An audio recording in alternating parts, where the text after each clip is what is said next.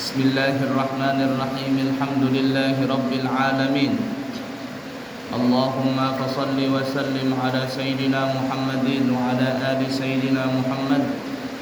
Qala al-muallifu As-Sayyid Muhammad Amin bin Idrus bin Abdullah bin Umar bin Syekh Abu Bakar bin Salim fi kitabihi Kitabul Adab, hafadhahullahu ta'ala wa nafa'na bihi wa bi'ulumihi fid din wa dunya wal akhirah. Amin.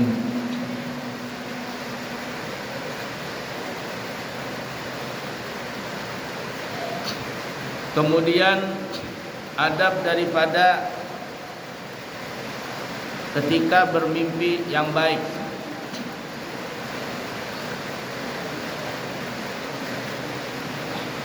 Kalau seandainya kita bisa mentakbirkan mimpi baik,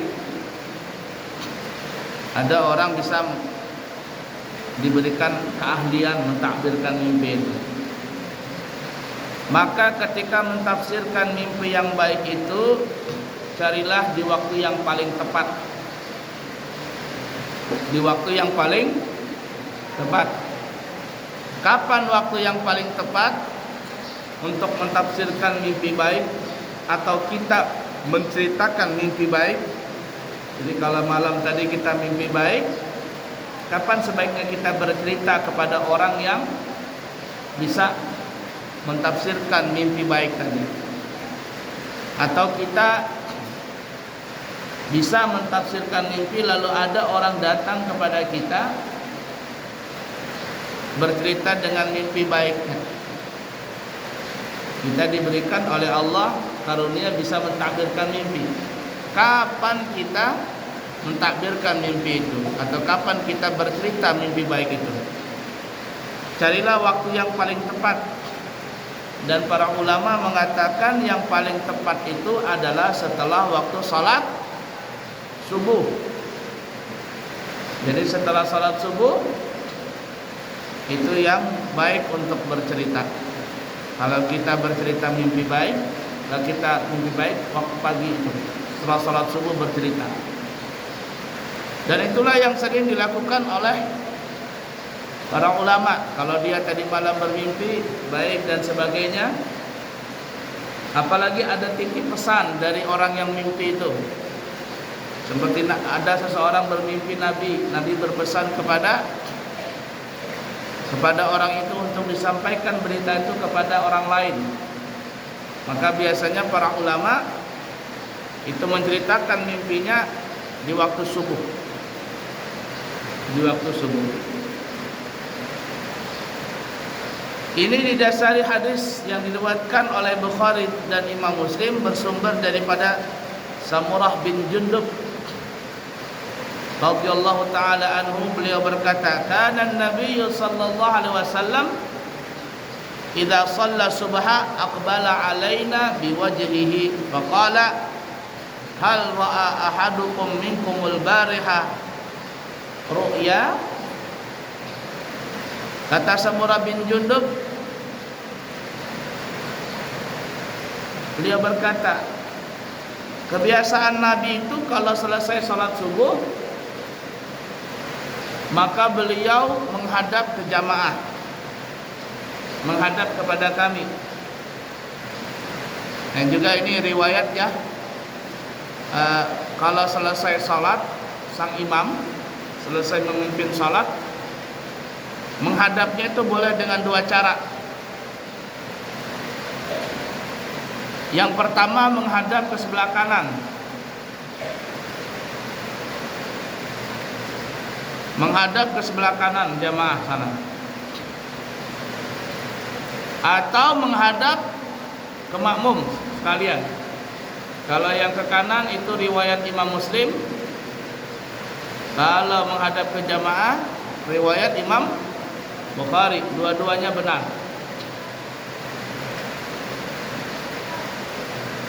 Tapi untuk salat subuh biasanya Nabi itu, kata Samurah bin Jundub, beliau menghadapnya adalah ke jamaah, menghadap ke jamaah. Setelah menghadap ke jamaah, maka Nabi pun bertanya kepada sahabat. Apa pertanyaan Nabi? Hal ra'a ahadukum minkumul barihata ru'ya? Nabi bertanya kepada sahabat, siapa yang tadi malam mimpi? Yang dimaksudkan sini adalah mimpi baik. Siapa, kata Nabi, tadi malam ada yang mimpi baik? Kalau ada yang mimpi baik, cerita di pagi ini. Nah, itu sunnah bercerita di pagi hari. Jadi setelah salat subuh. Yang Abuya ceritakan juga pernah di sini waktu Abuya beberapa bulan yang lalu ke Martapura untuk mengambil sanad kepada guru Abuya, guru Kiai Haji Syukri Unus. Malamnya tidur di tempat Fadil. Kemudian malam itu Abuya mimpi berceramah di depan orang yang mengadakan pernikahan. Jadi ada acara orang nikah, Abuya disuruh ceramah di waktu itu. Saat itu Abuya mengucapkan salam penghormatan ya kepada Guru Syukri Unus, dan ada di situ juga Guru Sekumpul. Selesai salat subuh, selesai mimpi wiritan, maka Abuya cerita kepada Haji Taufik sama bapaknya, apa namanya, bapaknya Abel. Ada Habibi, ada Fadil di situ. Nah, Abuya ini alhamdulillah bisa bisyarah, kabar gembira bahwa hari ini insyaallah diterima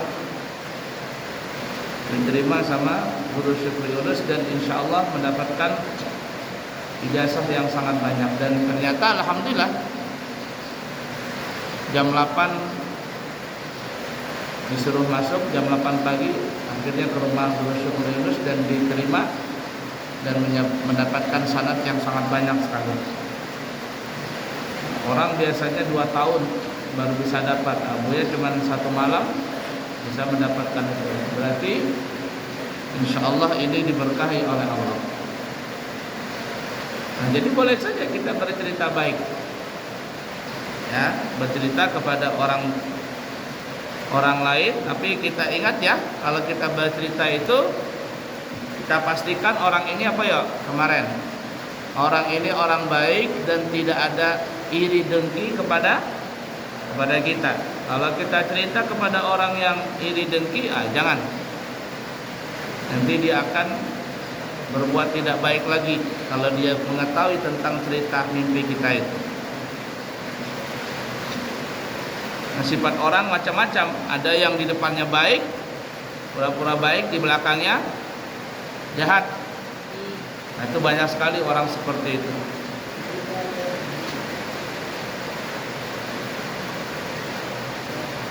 Baik, kemudian yang ke-9 adabnya ketika mimpi yang baik lagi, tidak berbohong dengan mengatakan telah bermimpi baik, padahal dirinya tidak bermimpi yang demikian, karena hukumnya adalah haram dan termasuk berbohong kepada Allah Subhanahu wa taala.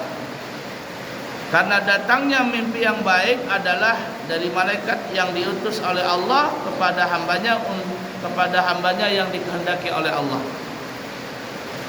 Jadi jangan bercerita, jangan berbohong dengan cerita mimpi, padahal dia tidak mimpi baik. Oh, tiba-tiba dia bercerita, saya tadi malam mimpi ini, mimpi itu. Tujuan apa berbohong dengan mimpi yang dia tidak lihat di dalam mimpinya? Hukumnya haram. Kenapa? Karena kalau dia berbohong, bercerita, katanya mimpi tadi malam mimpi ini, mimpi itu, mimpi yang baik, tapi tidak bermimpi sebenarnya, tapi dia berbohong, maka sebenarnya dia telah berbohong dengan nama Allah. Kenapa? Karena kata ulama mimpi yang baik itu sebenarnya datang dari Allah. Sebagaimana Abu ceritakan kemarin, para ahli mengatakan bahwa mimpi seseorang itu secara garis besar terbagi kepada 3. Yang pertama, mimpi dari Allah, itu mimpi baik. Jadi kalau ada orang bermimpi baik, itu hakikatnya datang dari Allah, yang Allah utus malaikat untuk menyampaikan berita itu lewat mimpi. Yang kedua apa? Mimpi yang buruk. Mimpi yang buruk itu datangnya dari setan. Setan yang masuk ke dalam alam mimpinya. Dan yang ketiga adalah kembang tidur. Adghathu ahlam, kembang tidur. Apa tandanya orang mimpi kembang tidur itu? Dia langsung lupa. Bangun tidur, udah sampai 5 menit lupa. Kamu tadi malam mimpi apa? Tidur. Kalau bangun tidur langsung lupa, itu namanya adghathu ahlam, kembang tidur saja.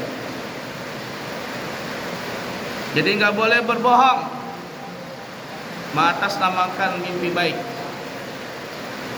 Sebagaimana Nabi kita Muhammad sallallahu alaihi wasallam bersabda dalam hadis Bukhari Muslim, "Man tahallama bihulmin lam yarahu kullifa ay ya'qida baina sya'irataini walan yaf'ala."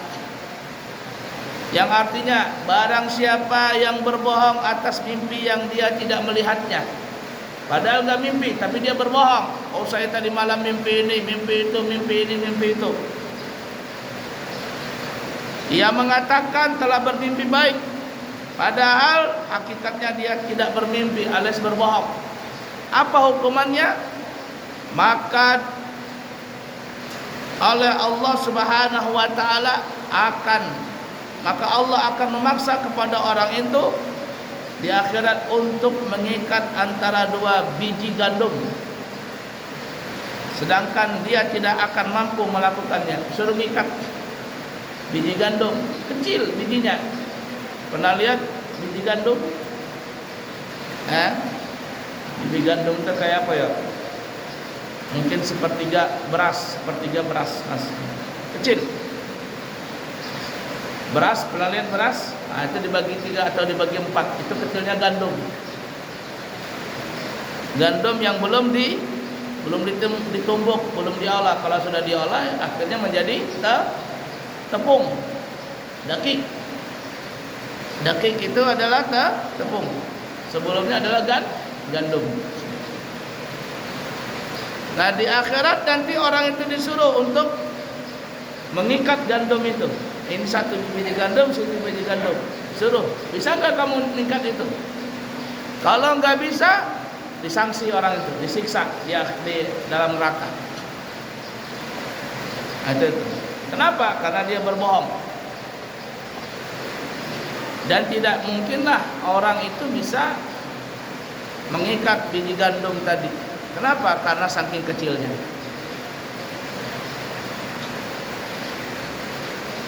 Begitu juga disebutkan di dalam hadis, ada dalam kitab Mishkatul Masabih. Ya, dalam hadis Bukhari dikatakan Rasul bersabda, "Min afral fira ay yuriyar rajulu ainaihi ma lam taraya." Ay syai'an lam tara ainahu wa yaqulu ra'aitu fil naumi kadza wa lam yakun ra'a syai'an li'annahu kadhibun 'ala Allah fa innahu huwa alladhi yursilu malakar ru'ya liyuriyahul manam. Qala al-Imam Sayuti al-firyatul kidbatul 'azimah, al-firyatu al-kidbatul 'azimah wa ju'ila kadhibul manami a'zama min kadhibil yaqadha li annahu kadhaba 'ala Allah wadda'a juz'an min ajza'in nubuwah kadiban. Nabi bersabda dalam hadis Bukhari, paling besarnya nilai kebohongan min afal firaq. Al-Imam Sa'id itu mengatakan itu adalah dosa berbohong, sebesar-besar berbohong. Makanya Nabi mengatakan min afra'il firaq, sepaling besar-besarnya pembohong adalah orang yang berbohong dengan, yaitu bohongnya seseorang dengan kedua matanya atas sesuatu yang tidak dilihatnya. Dia tidak melihat tapi dia mengatakan melihat. Yang dimaksud ini adalah mimpi. Itu min afral firaq, sebesar-besarnya orang pembohong adalah orang yang bercerita mimpi baik padahal dia tidak bermimpi baik.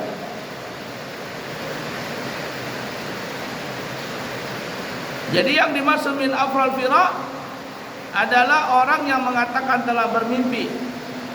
Misalnya dia mengatakan aku telah bermimpi sesuatu, sedangkan hakikatnya dia tidak bermimpi. Hal ini hukumnya haram, dikarenakan dia telah berbohong melihat yang baik. Dia telah berbohong kepada Allah karena mimpi yang baik itu datangnya dari Allah Subhanahu wa taala, yang mana Allah mengutus malaikat kepada orang yang tadi. Jadi tidak boleh, haram mengaku-ngaku telah bermimpi baik padahal dia tidak bermimpi. Disebutkan di dalam kitab tafsir Mujahid, an Mujahidin fi qawlihi nabbi'na bi ta'wilihi, yakni ta'wila ma ra'ayna falamma 'abbara lahumma qala ma ra'ayna ru'ya innama kunna nal'ab. Wa qala Yusuf qudiyal amru alladhi fihi tastaftiyan qad waqa'ati ru'ya ala ma awwaltu. Tafsir Mujahid juz 1 halaman 396. Al-Imam Mujahid berkata, beliau mentafsirkan ayat Allah Subhanahu wa taala dalam surah Yusuf ayat 36. Jadi ketika Nabi Yusuf masuk penjara, beliau di dalam penjara tadi itu bertemu dengan dua orang. Satu sel dengan dua orang. Dua orang ini bermimpi. Bermimpi. Yang satu bermimpi menuangkan anggur, memeras anggur lalu dituangkan perasan anggur tadi ke dalam gelas, lalu raja meminumnya.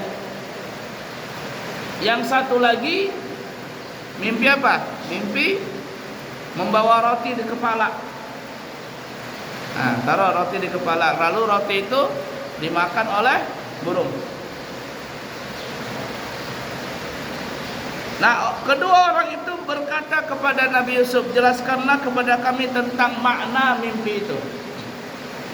Wahai Nabi Yusuf, apa maksud mimpi itu? Orang pertama melihat dalam tidurnya memeras anggur, lalu perasan air anggur tadi diberikan kepada raja.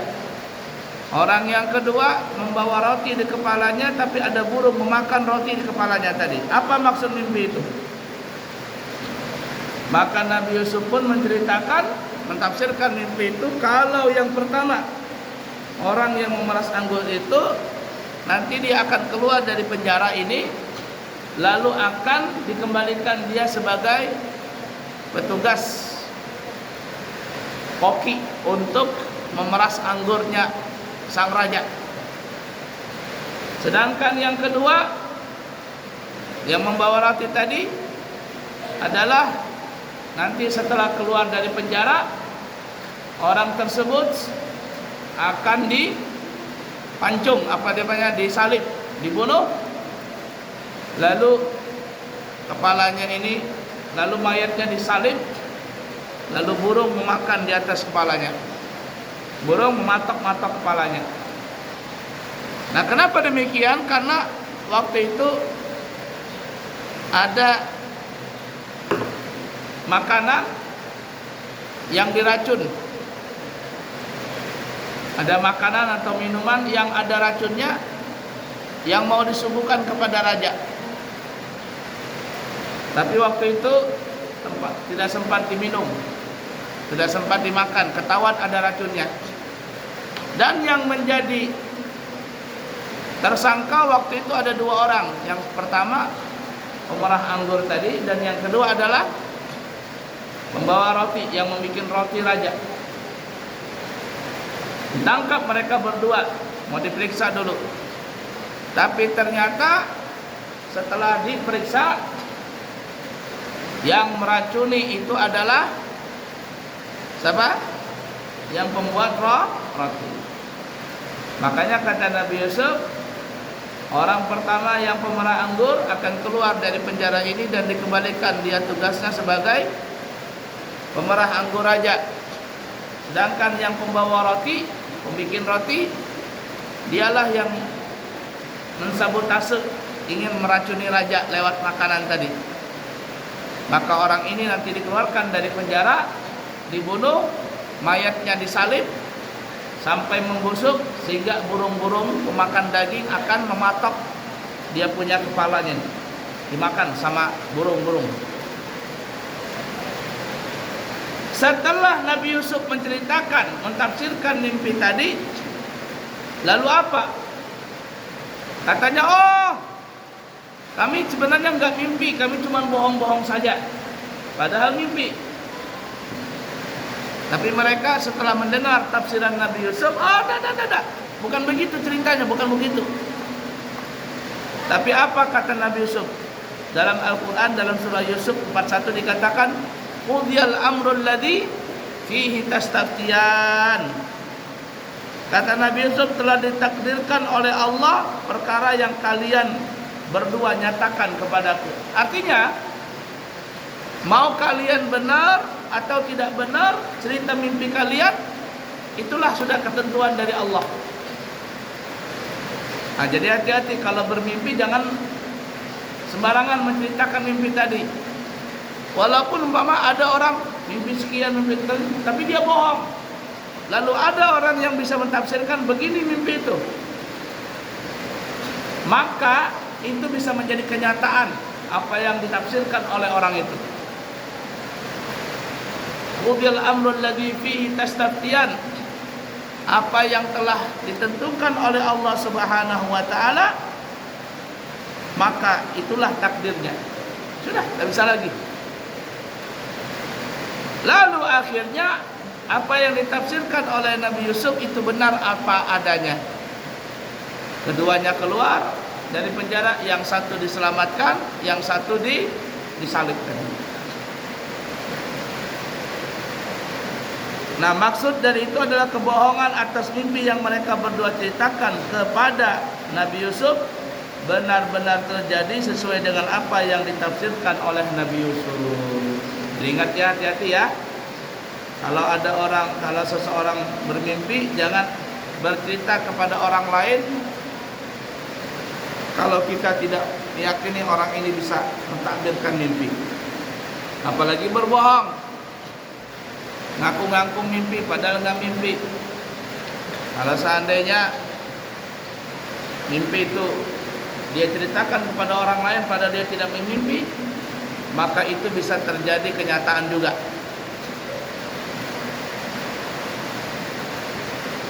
Baik, ya. Sallallahu alaihi wasallam.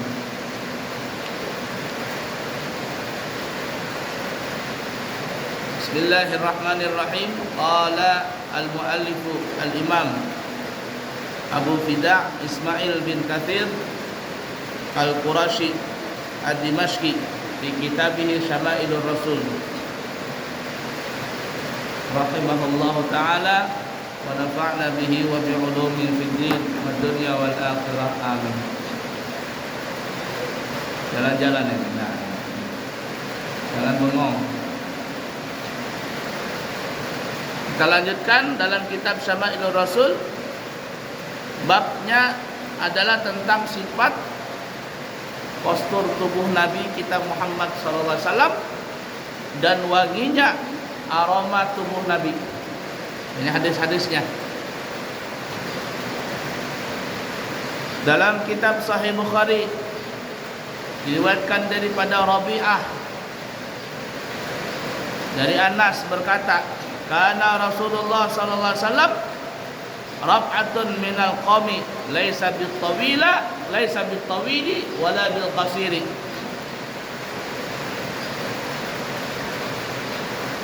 Dari Anas, dari Rabi'ah dan dari Anas berkata, mereka berkata, adalah Nabi kita Muhammad sallallahu alaihi wasallam, beliau mempunyai postur tubuh yang sangat sedang di antara seluruh kaumnya, di antara orang lain. Nabi itu paling bagus postur tubuhnya. Bagaimana bentuk postur tubuh Nabi? Beliau itu tidaklah tinggi yang berlebihan dan juga tidak pendek yang berlebihan. Jadi badannya Nabi itu standar, tidak tinggi jangkung, tidak pendek kerdil, tidak. Daripada Abu Ishaq bersumber daripada Barra bin Azib radhiyallahu taala anhu, beliau berkata, kana Rasulullah sallallahu alaihi wasallam ahsanan nasi wajhan wa ahsanahum khuluqan laisa bil tawili wala bil qasiri. Kata Barra bin Azib, Nabi kita Rasulullah Muhammad sallallahu alaihi wasallam adalah seorang laki-laki yang paling tampan wajahnya. Nabi kita yang paling tampan wajahnya dan paling sempurna fisik tubuhnya, tidak tinggi jangkung dan juga tidak pendek kerdil. Al-bakhilu man dzukirtu indahu falam yusalli alayya. Orang yang paling pelit, orang pelit tuh. Nih kamu pelit. Tahu enggak orang pelit itu? Kata Nabi, kalau orang yang paling pelit adalah apabila dia mendengar namaku disebutkan di hadapannya, dia tidak mau baca salawat. Nah, kalau Abu Yan dibaca Nabi Muhammad, tapi kamu diam gitu. Diam atau mengantuk. Berarti apa ya? Berarti apa ya? Pelit. Nah ini kayak macam-macam begini. Pelit. Jadi kalau ada orang mendengar namanya Nabi Muhammad sallallahu alaihi wasallam, dia dengar nama Nabi tapi dia diam, berarti orang itu berapa kali sudah Abu yang menyebut nama Nabi Muhammad tapi diam? Berarti apa itu ya? Paham gak maksud Abu ya? Setiap mendengar nama Nabi Muhammad, setiap mendengar nama Nabi Muhammad sallallahu alaihi wasallam, jangan diam. Pelit. Yang diam itu pelit.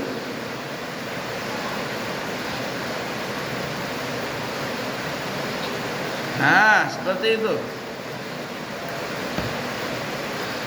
Kemudian dalam hadis riwayat Al-Imam Bukhari dan Imam Muslim bersumber daripada Nafi' bin Jubair, beliau berkata dari Sayyidina Ali karramallahu wajhah, Sayyidina Ali berkata, kana Rasulullah sallallahu alaihi wasallam laisa bil tawili wala bil qasiri lam ara qablahu wala ba'dahu mithlah.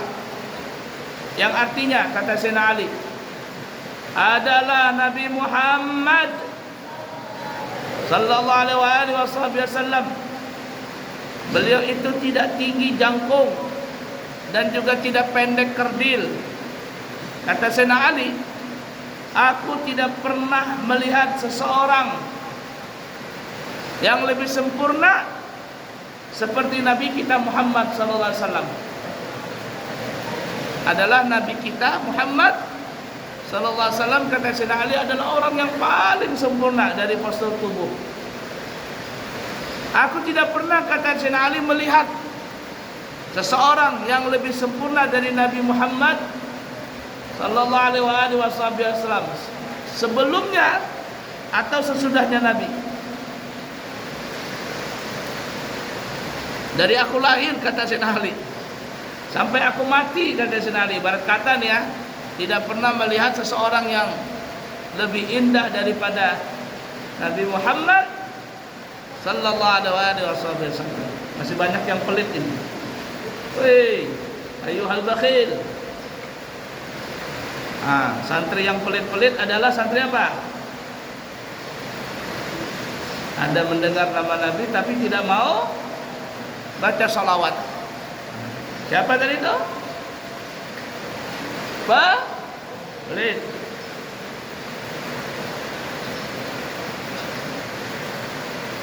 Biasakan kalau dengar nama Nabi Muhammad langsung sallallahu alaihi wasallam. Begitu. Ada rindu kepada Nabi. Kalau anda ada rindu kepada Nabi, sampai mati nggak bisa mimpi Nabi. Kalau nggak mimpi Nabi, bagaimana mau bertemu dengan Nabi di akhirat? Tapi kalau pernah mimpi Nabi, insya Allah dia akan melihat Nabi yang hakikatnya nanti. Salah satu tanda orang bisa melihat Nabi Muhammad, memudahkan seseorang itu bisa bermimpi dengan Nabi Muhammad dan bisa akhirnya melihat Nabi Muhammad sallallahu alaihi wasallam adalah apa ya? Kalau mendengar nama Nabi, maka dia berdarau. Tahu berdarau? Serempak membaca sallallahu alaihi wasallam. Sallallahu alaihi wasallam, berdarau. Dia diam. Nabi Muhammad diam. Ada Nabi Muhammad, sebutin nama, dia diam aja. Diam dia. Sampai mati enggak bisa ketemu Nabi. Kenapa? Karena enggak ada rindu dengan Nabi Muhammad. Enggak ada rasa syauq. Tidak ada gembira, tidak ada rindu dengan Nabi Muhammad. Orang yang seperti ini enggak bakalan mimpi Nabi, enggak bakalan bertemu Nabi. Rugi. Sangat rugi sekali kalau ada orang seumur hidup sampai mati tidak pernah mimpi Nabi, itu rugi sekali.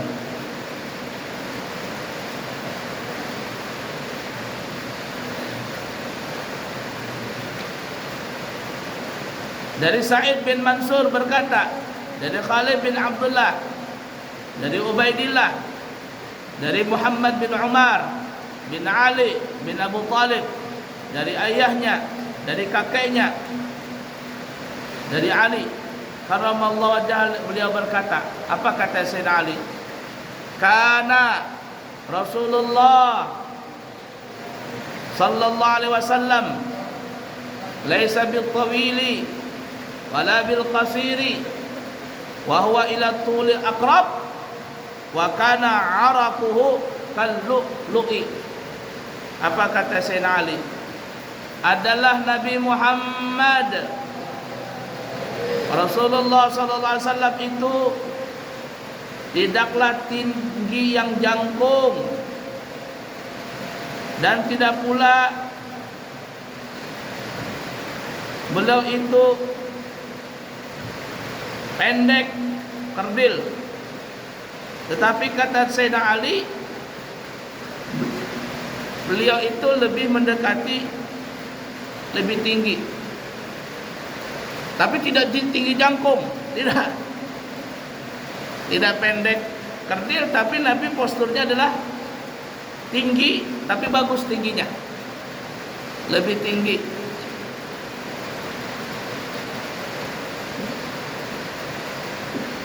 Dan adalah keringatnya Nabi, arakuhu, keringatnya Nabi, kallu'i, seperti permata mutiara. Lu'lu' itu mutiara, yang di laut itu namanya lu'lu'. Jadi kalau Nabi berkeringat, keluar keringat Nabi itu harum sekali dan bentuknya seperti lu'lu', seperti mutiara, indah dilihat. Itu keringatnya Nabi.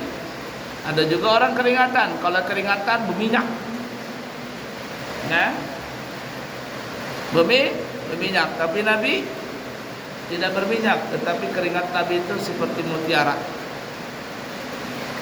Sallallahu alaihi wasallam. Itu Nabi Muhammad sallallahu alaihi wasallam. Cukup dulu jam 6 masuk halaga. Kalau nanti besok sambung lagi. Wallahu a'lam bishawab. Alhamdulillahirabbil alamin. Taqabbalallahu minkum.